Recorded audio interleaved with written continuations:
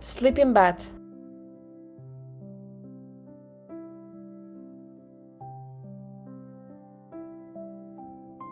Sleeping is a common thing that everyone does every day, like drinking water, eating, and a house.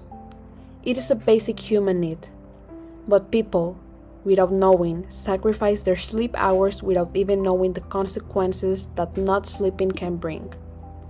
Phrases like, "Today I'll sleep at 2 a.m. I am going to sleep late. Just 30 minutes more."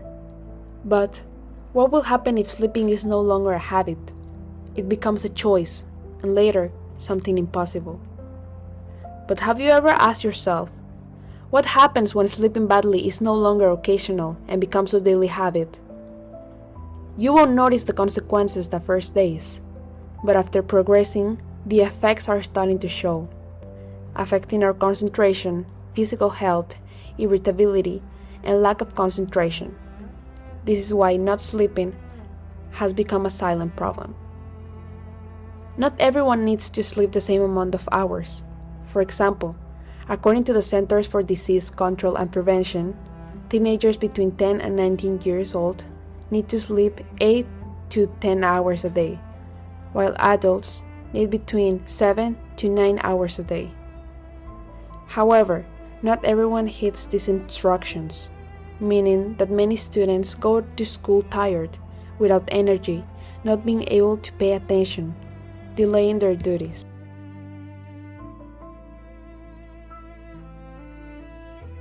What happens to the brain when you are not sleeping enough? While sleeping, our brain doesn't shut down. It is more active than what we think. Essential things while sleeping happen, like memory consolidation, emotional regulation, cellular repair, and removal from waste to the brain. When we do not sleep enough, our brain doesn't work the same. The prefrontal cortex that helps us think, make decisions, and concentrate becomes slower. That is why we have trouble paying attention, and more probable to make mistakes. While the hippocampus, the one who processes the information, doesn't do it well, making us forget things easily and learning things harder. There is a thing that helps us clean our brain while sleeping called the glymphatic system, but if we don't sleep our determined hours, that cleaning doesn't occur.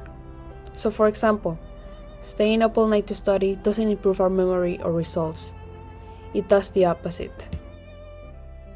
Physical and emotional consequences. The body loses hormones equilibrium like cortisol, also known as the stress hormone, melatonin, the one that helps your body to sleep at its hours, and insulin. This one regulates your blood sugar, and when those are not regulated, your body feels more hungry, tired, and there will be less defense from the immune system. Other changes you will note are irritability, anxiety, difficulty managing emotions, etc.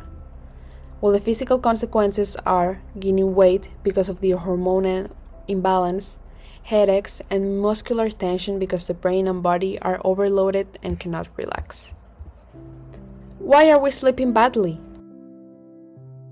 Screen before bed. Blue lights that cell phones emit affect the melatonin production. When natural sunlight goes down, our brain interprets it as the hour to sleep, preparing our body to sleep.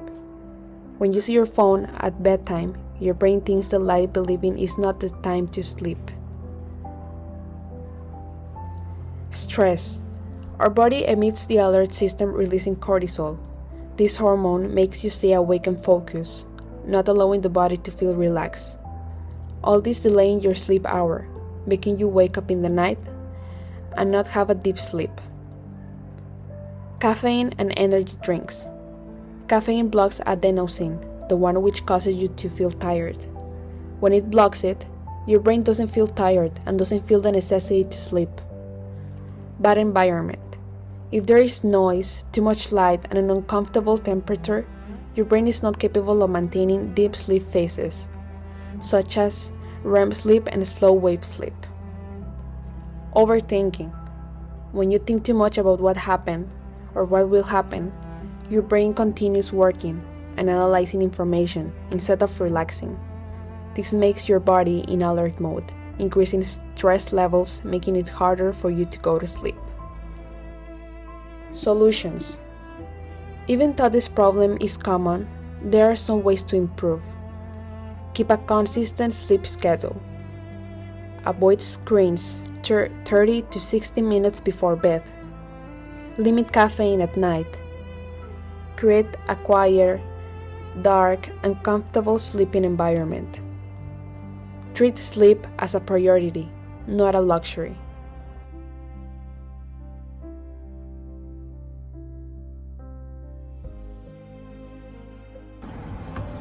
Cuando no duermes lo suficiente, ¿cómo te sientes normalmente? Cansada, fastidiada, sin ganas de realizar mis actividades diarias. ¿Qué suele mantenerte despierto por la noche?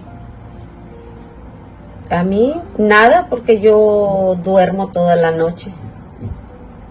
¿A qué hora te acuestas y a qué hora te levantas?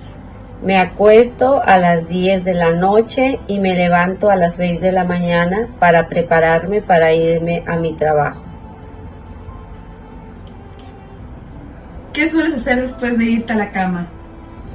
Cuando me acuesto me pongo a ver mi celular, me pongo a ver mis redes sociales, después leo la oración que me corresponde ese día. ¿Crees que las redes sociales, los deberes y las responsabilidades diarias han cambiado los hábitos de sueño de los adolescentes en comparación con generaciones anteriores? ¿Por qué? Sí han cambiado, porque ahorita en la actualidad los jóvenes se la pasan en las redes sociales y se desvelan y como están cansados, desvelados, al siguiente día no tienen la energía necesaria para realizar sus actividades. ¿Y las generaciones de antes qué hacían? Las generaciones de antes, nuestros padres nos tenían marcada una rutina en la que nosotros nos acostábamos a las 8 de la noche y nos apagaban la televisión y ya nos acostábamos a dormir, nos levantábamos otro día temprano para prepararnos para ir a la escuela. Y nosotros teníamos ganas de salir a jugar, de andar en la bicicleta, de correr, de saltar. It is not normal to feel tired with low energy, hard memorization, and lack of learning. In a society that celebrates being busy and sleeping less, choosing to rest might be one of the most important decisions we can make. Even though it seems harmless, not sleeping enough can bring you big consequences.